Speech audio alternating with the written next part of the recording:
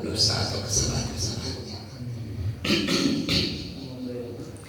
Allahumma ighfir lahu warhamhu wa'afihi wa akrim nuzulahu wa wasi' marwalahu wa akzilhu bil salawat dan salam semoga kepada Nabi kita Nabi Muhammad kepada keluarganya, para sahabatnya, tabi'in dan juga kita semua yang menjadi umatnya sampai hari kiamat. Bapak-bapak, ibu-ibu, saya ingin mengutamakan satu tema ya dari hadis dan Al-Quran tentang khamsatun mutmainnatul qalbi, ya, tentang 5 perkara yang bisa menenteramkan hati. Kalau boleh itu judulnya. Jadi 5 perkara yang bisa menenteramkan hati. Hati adalah cahaya ilahi, ya, menjadi sumber petunjuk. Dan hati itu diibaratkan seperti raja. Di dalam pepatah Arab dikatakan al-qalbu malikun wa jasadu juludun, ya. Jadi hati itu adalah rajanya dan tubuh ini bala tentaranya, ya. Jadi seluruh anggota tubuh kita diatur oleh hati kita. Ada satu hadis yang diriwayatkan oleh Imam Muslim, ya. Bapak Ibu juga sering mendengar hadis ini tentang inna fil jasadi mudghah idza salahat salaha sairul jasadi wa idza fasadat fasada sairul jasadi. Di dalam tubuh kita ini ada segumpal daging yang jika segumpal daging itu baik akan baik pula seluruh tubuhnya. Dan jika segumpal daging itu buruk akan buruk pula seluruh tubuhnya. Ala wahya al-qalb, ingatlah segumpal daging itu adalah qalb, ya. Nah, qalbu itu seringkali diterjemahkan hati, ya. Tapi yang dimaksud hati di sini bukan liver. Beda antara hati dan liver. Kalau liver itu salah satu organnya yang fungsinya itu untuk menyaring racun, begitu kata para ilmu kesehatan, para ahli kesehatan. Jadi beda antara hati dan qalbu. Qalbu itu sering diartikan dengan asyumur, perasaan. Perasaan itu sering diartikan. Nah, jadi seseorang itu sangat bergantung kepada perasaan. Ya. Jika perasaannya baik, maka akan baik pula seluruh tubuhnya. Sebaliknya, jika syukurnya perasaannya buruk, maka akan buruk pula. Dan pada penjelasan yang lain disebutkan al-jasadu turjumanul qalbi, tubuh itu menjadi penterjemah isi hati, ya. Apa yang ada di dalam isi hati seseorang maka diterjemahkan melalui tubuhnya, ya, melalui raut wajahnya, melalui penampilannya. Jika orang hatinya sedang bahagia, akan kelihatan dari wajahnya, kelihatannya. Orang hatinya sedang bahagia, orang hatinya sedang senang karena mungkin banyak uang, ya, bisa kelihatan dari wajah. Sebaliknya orang yang hatinya sedang susah, nah itu, ya, orang yang hatinya sedang kelihatan dari raut wajah. Nah, maka penting untuk selalu menjaga hati, ya, agar hati ini damai, tenang, tentram. Ya, kenapa? Karena hati ini menjadi tempat di mana Allah menurunkan hidayah. Jadi Allah menurunkan hidayah dan Allah masukkan hidayah itu dalam hati. Di surah At-Taghabun, surah yang ke berapa Taghabun itu? Surah At-Taghabun itu ayat yang ke-11, Allah Subhanahu wa taala berfirman, "Wa man yu'min billah yahdi qalbah." Barang siapa yang beriman kepada Allah, maka Allah akan berikan petunjuk ke dalam hatinya. Ya, jadi hati itu bukan di akal, bukan di pikiran, tapi petunjuk itu bukan di pikiran, tapi di hati. Seperti Quran itu diturunkan Allah kepada Nabi Muhammad. Di mana Quran itu ditempatkan, Pak? Di dalam hatinya. Ya. Di surah 2 ayat yang ke-97 Allah berfirman, ya, man kana wa man kana aduwan li Jibril fa innahu nazzalahu ala qalbika biidznillah. Barang siapa yang memusuhi Jibril, maka Jibril itulah yang menurunkan Al-Quran ke dalam hatimu. Jadi Quran diturunkan Allah kepada Nabi Muhammad dengan perantaraan malaikat Jibril dan ditempatkannya di hati. Dan itu yang membuat Rasulullah tidak lupa dengan Al-Quran. Karena sesuatu yang disimpan di hati itu akan selalu diingat. Ya. Di surah Al-A'la itu disebutkan, sanuqri'uka fala tansa. Aku akan bacakan Quran kepadamu fala tansa, dan kamu tidak akan lupa. Gitu. Seorang ibu tidak akan lupa dengan anaknya. Kenapa? Karena seluruh anaknya disimpan di hati. Seorang suami juga tidak akan lupa kepada istrinya kalau istrinya disimpan di hati. Tapi kalau istrinya disimpan di kepala, bisa lupa. Ya, kalau pun istrinya banyak ngobrol jadi kasih pernahnya. Itu Bapak Ibu. Ya. Jadi hati itu menjadi cahaya ilahi. Hati ini penting, Pak. Dakwah ini disampaikan Rasulullah dengan hati yang tulus. Fabima rahmatin minallahi lintahu walau kunta faddan ghalidhal qalbi lan faqtu min hawlik. Maka dikarenakan rahmat Tuhanmu, kamu bersikap lemah lembut kepada mereka.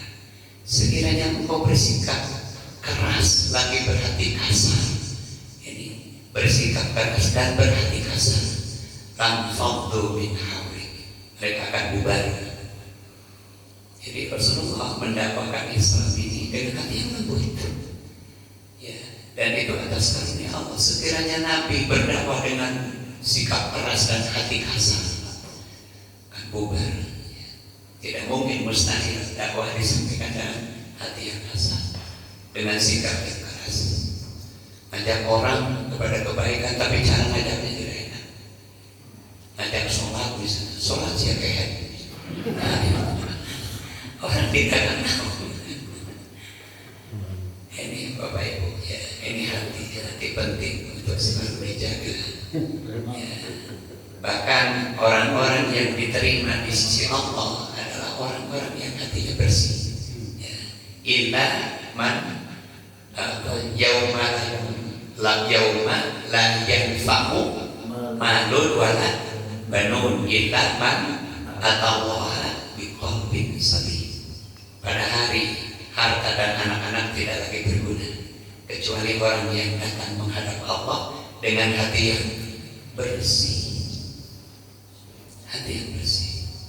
Maka jaga hati kita supaya tetap bersih. Jaga dari penyakit sombong, jaga dari penyakit takabur, ya.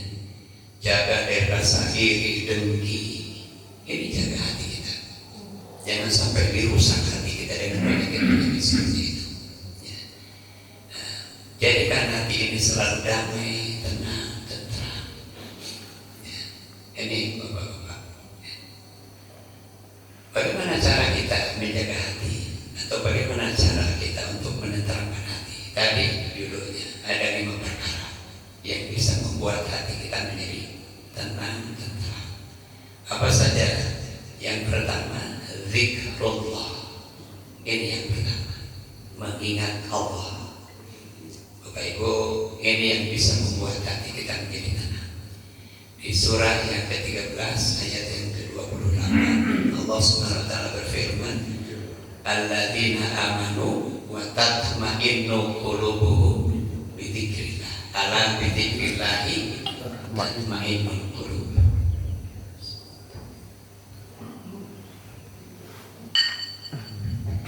Orang-orang yang beriman yang hatinya menjadi tenang, tenteram. Kenapa? Bidzikrillah, karena selalu ingat kepada Allah.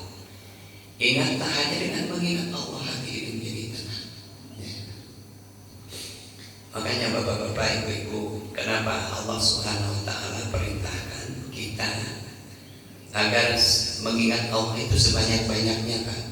Ya, sebanyak mungkin kita ingat kepada Allah, agar sepanjang hari hati kita menjadi tenang, damai. Di surah Al-Ahzab ayat yang ke-41-42, Allah Subhanahu wa Ta'ala berfirman, ya ayyuhalladzina amanu dzkurullaha dzikran katsiran wasabbihuhu bukratan wa asila. Wahai orang-orang yang beriman, ingatlah kepada Allah dengan mengingat namanya sebanyak-banyaknya, ya, dan bertasbihlah kepadanya di waktu pagi dan petang. Semakin sering kita ingat kepada Allah, kan semakin tenang, tentram, damai hati kita. Ya. Dan di dalam hadis yang diriwayatkan oleh Aisyah disebutkan, karena Rasulullah SAW yadhkurullah ala kulli hayatihi. Adalah Rasulullah SAW selalu ingat kepada Allah di sepanjang hayatnya. Ya.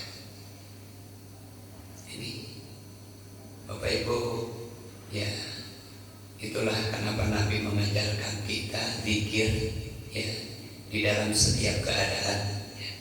Mau makan ada zikirnya, selesai makan ada zikirnya, mau tidur ada zikirnya, bangun tidur ada zikirnya, mau ganti baju ada zikirnya, bercermin ada zikirnya, masuk ke kamar mandi ada zikirnya, keluar dari kamar mandi ada zikirnya, mau bepergian ada zikirnya. Ada zikir setiap saat, setiap keadaan. Kenapa? Supaya kita hati ini selalu ingat kepada Allah. Ya, ingat kepada Allah di saat kita sedang susah. Ingat kepada Allah di waktu kita sedang senang. Dalam hadis yang diriwayatkan oleh Imam Bukhari, Rasulullah mengatakan, barang siapa yang ingat kepada Allah di waktu senang, maka Allah akan ingat kepadanya di waktu susah. Ya. Di surah Al-Baqarah ayat 152 Allah berfirman, fadhkuruni adzkurkum, ingatlah kepadaku, aku pun akan ingat kepadamu. Ya. Ingat kepada Allah di waktu bingung, ingat kepada Allah di waktu sedih, ya, ingat kepada Allah di waktu terjadi bencana, ya, angin puting beliung. Bapak-bapak, ibu-ibu, ingat kepada Allah di waktu sedih. Apakah sedihnya hilang? Atau ingat kepada Allah di waktu susah, kalau susahnya hilang? Boleh jadi tidak, ya. Boleh jadi susahnya tidak hilang, tapi sekalipun susahnya tidak hilang, hatinya menjadi tenang, itu, ya. Bukan berarti ingat kepada Allah di waktu bingung-bingungnya jadi hilang. Mungkin dia tetap bingung, tapi hatinya menjadi tenang. Dan orang yang sedang bingung, ya, dihadapi dengan hati yang tenang, insya Allah selesai. Ya. Ingat kepada Allah di waktu bepergian, ya. Ini, ya, zikrullah, mengingat Allah. Ya. Bapak Ibu yang dirahmati dan dimuliakan Allah, alangkah baiknya kalau di saat kita ingat kepada Allah itu, ya, direfleksikan dengan mulut, ya. Jadi ingatan kita kepada Allah direfleksikan dengan mulut. Seorang mukmin apabila hatinya ingat kepada Allah, maka rasa ingatnya itu direfleksikan dengan mulut. Apa? Refleks mulutnya mengucapkan kalimat-kalimat thayyibah, kalimat-kalimat pujian. Ya. Ya, saat kita ingat, ya, Allah telah menyelamatkan kita dari bencana, maka refleks mulut kita mengucapkan alhamdulillah. Saat kita ingat dengan dosa, kira-kira refleks nggak mulut ini? Ya, refleks mulut ini mengucapkan astagfirullah. Ya, saat kita ingat sesuatu yang luar biasa, lalu kita ingat penciptanya, maka refleks mulut ini dengan mengucapkan subhanallah. Ya, ini yang pertama, zikrullah, mengingat Allah. Ini yang bisa menenangkan hati kita. Yang kedua, Bapak Ibu, apalagi yang bisa menenteramkan hati? Yang kedua adalah tawakal Allah. Tawakal Allah, bertawakal kepada Allah. Ini yang bisa membuat hati kita tenang. Ya, apa bertawakal itu? Bapak Ibu, pertama kali apa? Pertama kali berserah diri. Ya, berserah diri, pasrah. Ya, berserah diri. Kenapa manusia harus bertawakal kepada Allah? Ya, karena manusia harus bertawakal kepada Allah. Di dalam Al-Quran surah yang ke-31 begini, kenapa manusia harus bertawakal kepada Allah? Karena tidak ada satupun manusia yang bisa memastikan sesuatu terjadi menurut keinginannya. Betul Pak? Ya, tidak ada satupun manusia yang bisa memastikan sesuatu terjadi menurut keinginan. Ya, ini pentingnya kita bertawakal, berserah diri kepada Allah. Ya, tidak sedikit Bapak Ibu di saat terjadi musibah ada orang-orang yang mentalnya kemudian jatuh. Di saat terjadi musibah maka tidak sedikit orang sampai stres. Bahkan ada orang-orang ketika dia tidak mampu menghadapi masalah besar, ya. Ada orang-orang ketika dia tidak sanggup untuk menghadapi ya masalah yang rumit, ada orang-orang yang sampai mengambil jalan pintas. Di sini pentingnya tawakal. Karena orang yang bertawakal sama dengan berpegang kepada tali yang kuat. Di dalam Al-Quran surah yang ke-31 surah Luqman ayat yang ke-22, ya boleh dilihat Bapak. Surah 31 ayat 22. Allah Subhanahu wa taala berfirman, "Wa man yuslim wajhahu ilallahi wa huwa muhsinun faqad istamsaka bil hurmatil wuthqa wa ilallahi aqibatul umur." Ini barang siapa yang bertawakal, berserah diri kepada Allah, sedang dia tetap berbuat baik, maka dia telah berpegang teguh kepada tali yang kuat. Ya. Jadi barang siapa yang berserah diri kepada Allah, sedang dia terus berbuat baik, maka sungguh dia telah berpegang teguh kepada tali yang kuat, tidak akan jatuh. Maksud berpegang tali yang kuat ini mentalnya tidak akan jatuh. Ya. Dan hanya kepada Allah lah kembali segala urusan. Bapak Ibu yang dirahmati dan dimuliakan Allah, dalam hidup ini boleh jadi ya, ada masalah-masalah yang berat yang tidak sanggup kita hadapi seorang diri. Dalam hidup ini ada masalah-masalah di keluarga atau di tempat kerja atau di mana saja. Yang masalah-masalah yang kita tidak sanggup untuk menyelesaikannya. Ya. Nah, jika kita coba untuk menyelesaikannya sendiri, boleh jadi kita tidak akan kuat. Bahkan mental kita boleh jadi jatuh. Dan disitulah pentingnya bertawakal, berserah diri kepada Allah. Ya. Ada seorang jamaah saya, ibu-ibu kan, dia menikah dengan orang Perancis, tapi usianya beda, usia jauh. Ya, suaminya itu sudah tua, tinggal di sini di Cimahi. Ya. Kemudian ya punya anak satu. Nah, ketika suaminya masih ada, ya hidup rumah tangganya berjalan baik, ya semua tercukupi, terpenuhi. Ya. Tapi setelah suaminya meninggal, si ibu ini mulai kesulitan, ya kesulitan ekonominya. Jadi suaminya meninggal, ya dia tidak punya penghasilan, ada sisa tabungan, mobil, rumah gitu. Nah kebutuhan sehari-hari itu dari mengambil dari itu, ya sisa tabungan.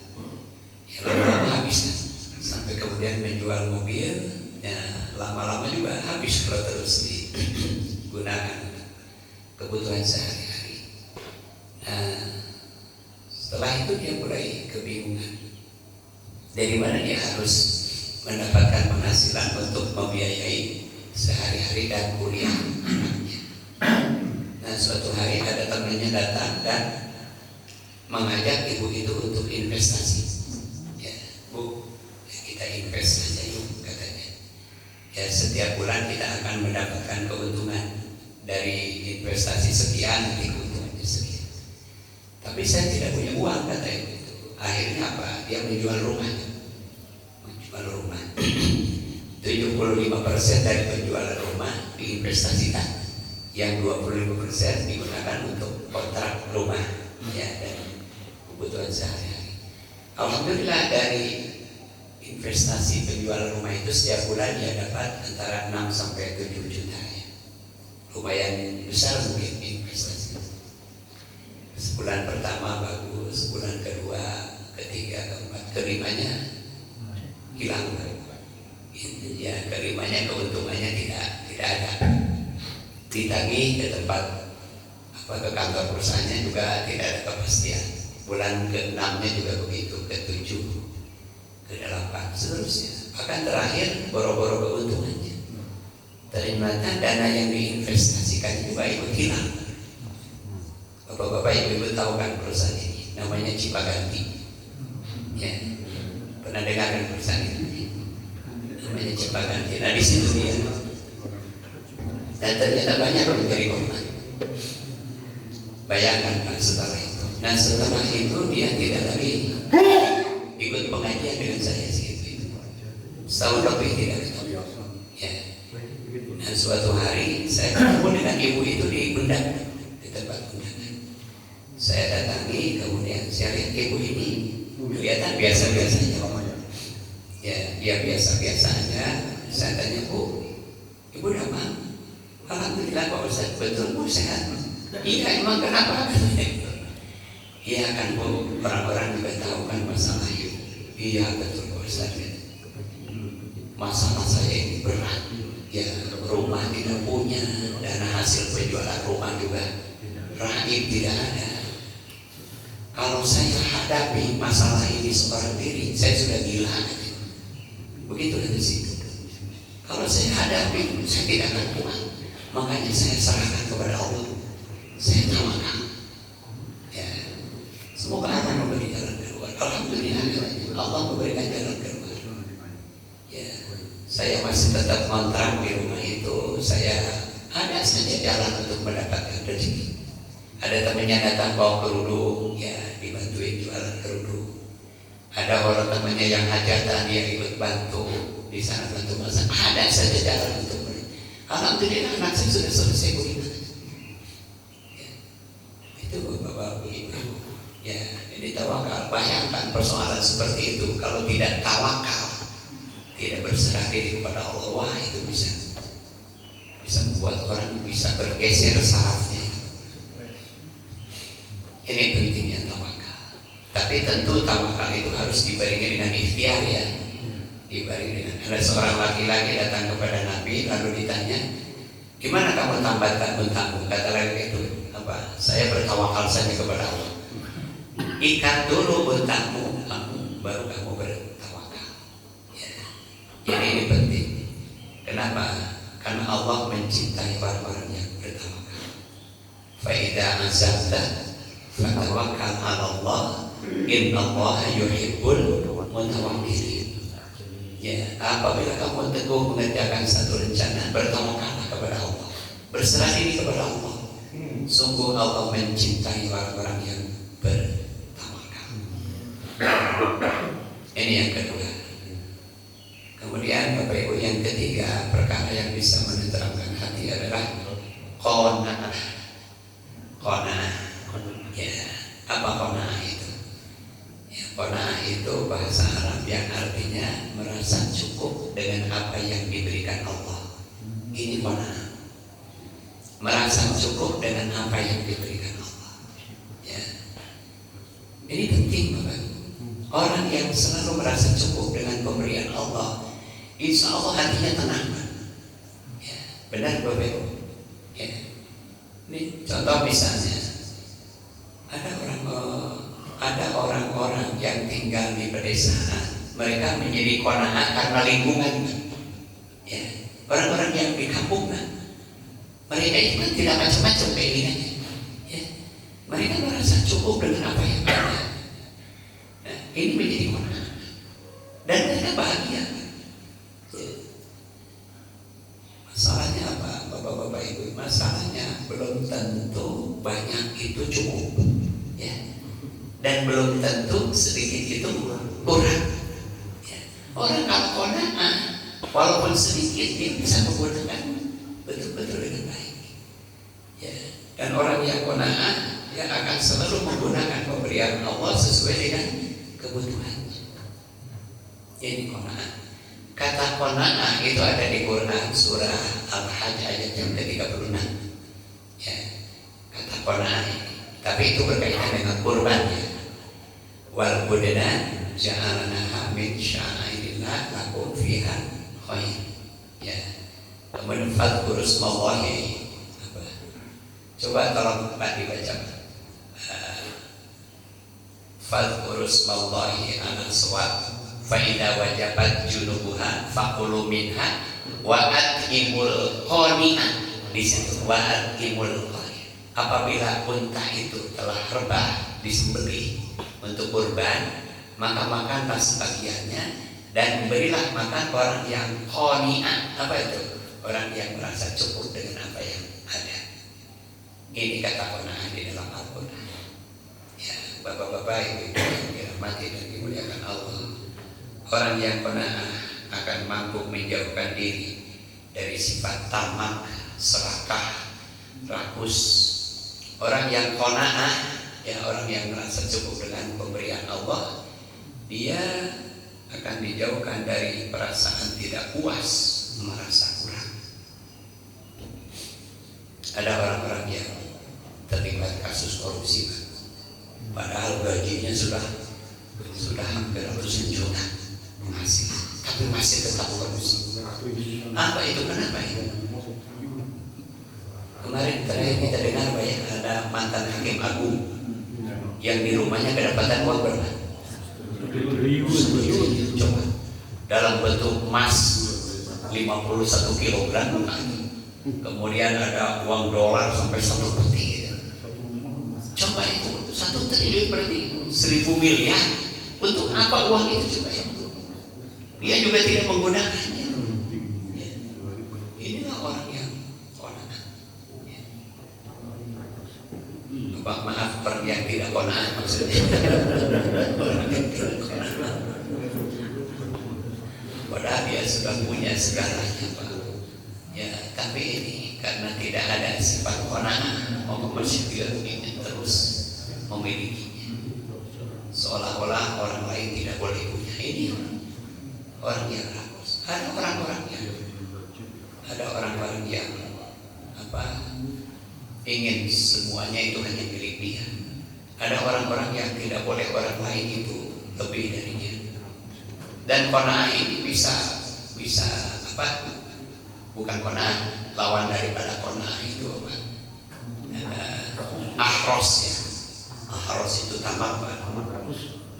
Di Quran disebut wala tajidannahu ahrasan nas ala hayati wa minal ladina asyraku. Orang-orang Yahudi itu adalah orang-orang yang paling tamak di dalam kehidupan dunia. Bahkan ketamakan mereka melebihi ketamakan orang-orang musyrik. Orang musyrik tamak itu pantas banget. Kenapa? Karena mereka tidak percaya akhirat.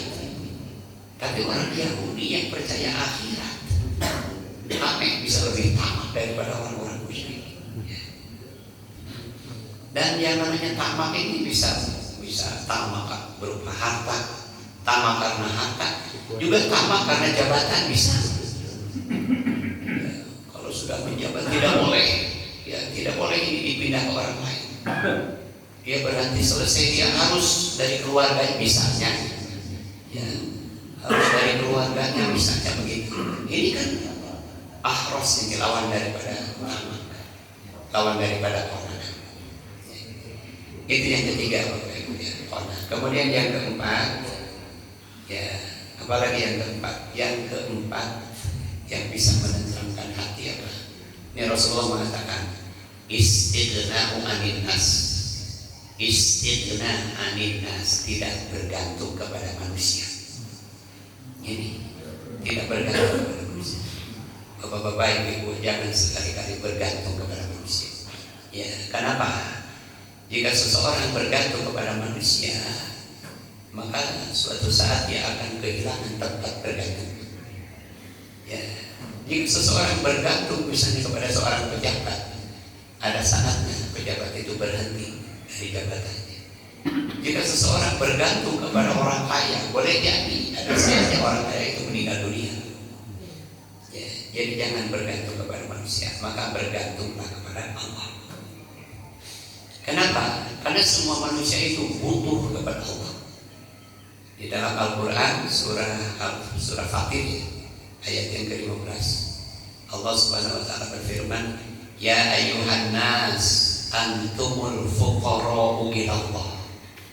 Wahai manusia, kalian ini semua memerlukan Allah.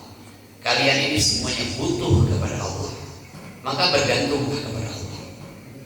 Ya, dengan bergantung kepada Allah, hati kita akan menjadi tenang. Ya, jangan sekali-kali kita bergantung ya di tempat kerja kita. Jangan sekali-kali kita bergantung kepada majikan kita. Jangan sekali-kali kita bergantung kepada atasan kita. Ya, kenapa? Akan kecewa. Maka ibu, tidak sedikit orang menjadi panik.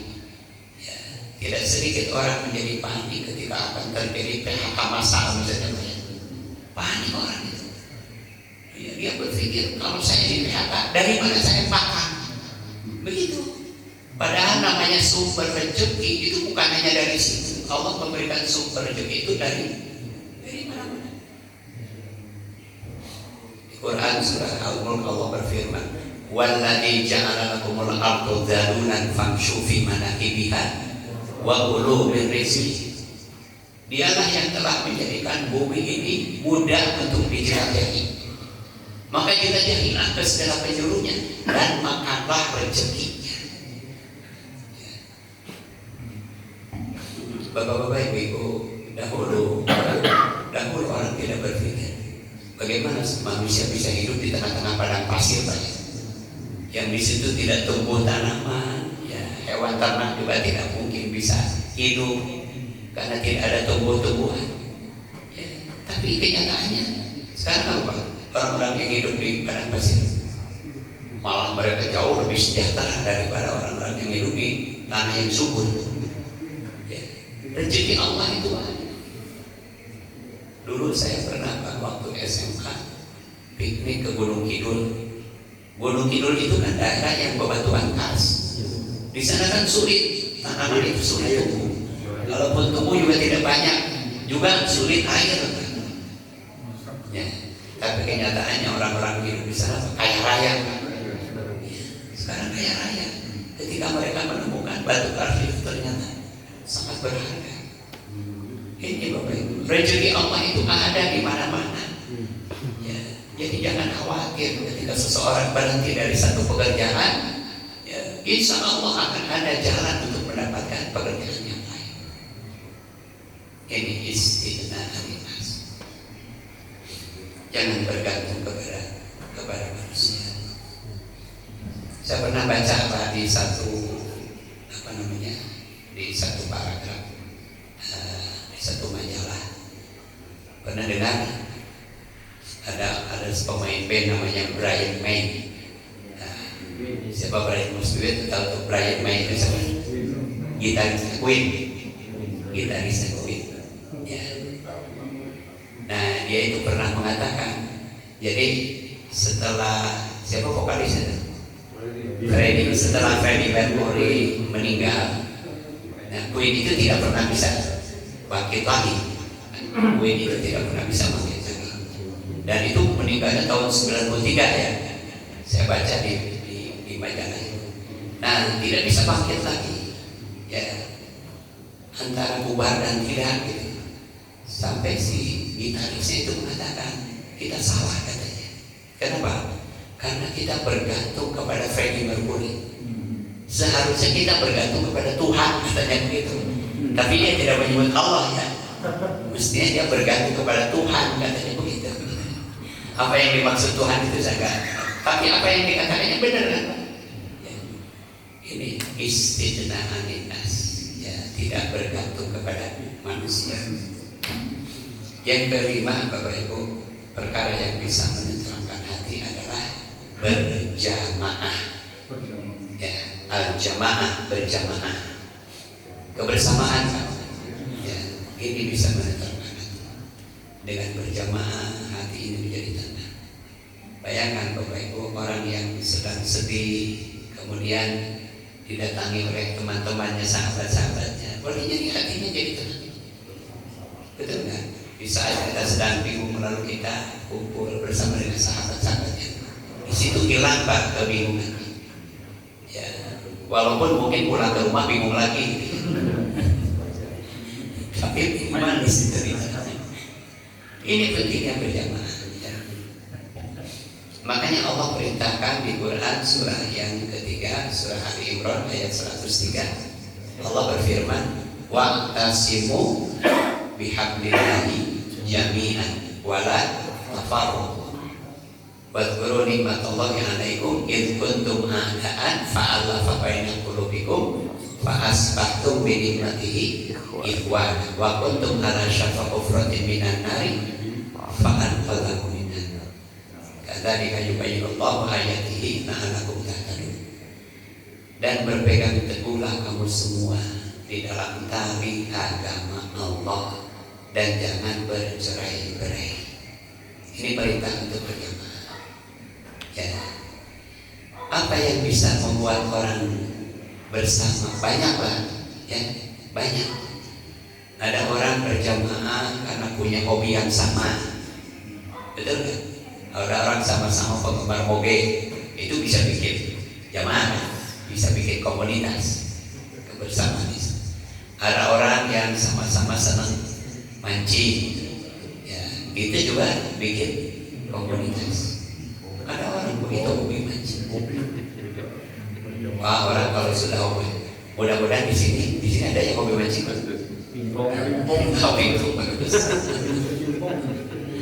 Orang kalau sudah hobi mancing, hujan ya Pak, ya, hujan dia berangkat ya mancing. Ada saudara saya hobinya mancing. Kalau seminggu tidak mancing, liur.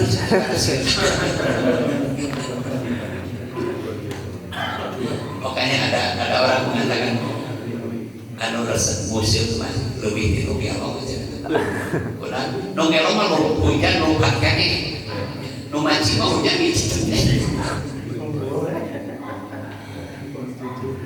Bikin jamaah. Ada orang sama-sama punya hobi pingpong, bikin jamaah. Ada orang sama-sama punya hobi nyanyi, bikin. Nah, sebetulnya apa yang mendasari berjamaah itu tadi ayatnya.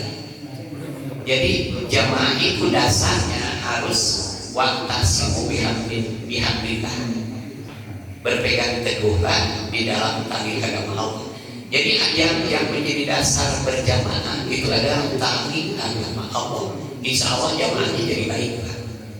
Kalau orang berjamaah karena sama-sama punya akidah yang sama, kalau orang berjamaah karena sama-sama ahli masjid, orang berjamaah karena sama-sama senang baca Quran, maka insya Allah itu akan menjadi jamaah yang baik.